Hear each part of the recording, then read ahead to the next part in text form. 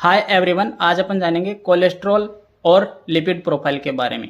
Cholesterol क्या होता है? एक हाइड्रोकार्बोनिक कंपाउंड है और जो ये अपनी बॉडी की जो सेल मेम्ब्रेन होती है वहाँ से ये सिंथेसाइज होता है। इसके अलावा जो लीवर सेल होती है यानी कि हिपेटिक सेल से भी अच्छी खासी मात्रा में सिंथेसाइज होता है।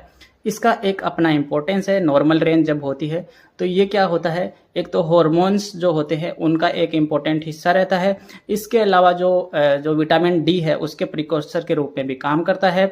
और सेल मेम्ब्रेन्स होती है जो बॉडी की, वहाँ का भी उनका भी एक इम्पोर्टेंट हिस्सा रहता है।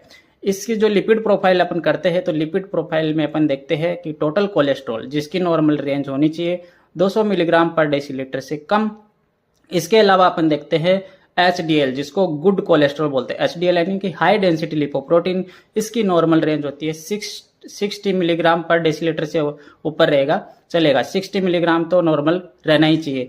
और ये क्या होता है, गुड कोलेस्ट्रॉल होता है, वो बैड कोलेस्ट्रॉल को हटाता है। इसके अलावा जो हार्ट से रिलेटेड प्रॉब्लम होती है उनके चांस भी कम करता है, उनकी रिस्क भी कम करता है। इसके अलावा होता है बैड कोलेस्ट्रॉल जिसको बोलते हैं LDL, लो डेंसिटी लिपोप्रोटीन।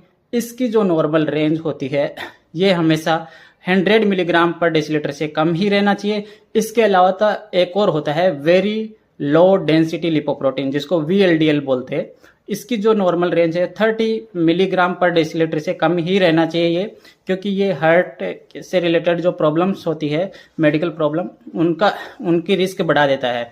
ये भी बैड कोलेस्ट्रॉल होता है। इसके अलावा ट्राइग्लिसराइड होता है। ट्राइग्लिसराइड भी लिपिड प्रोफाइल में करते हैं।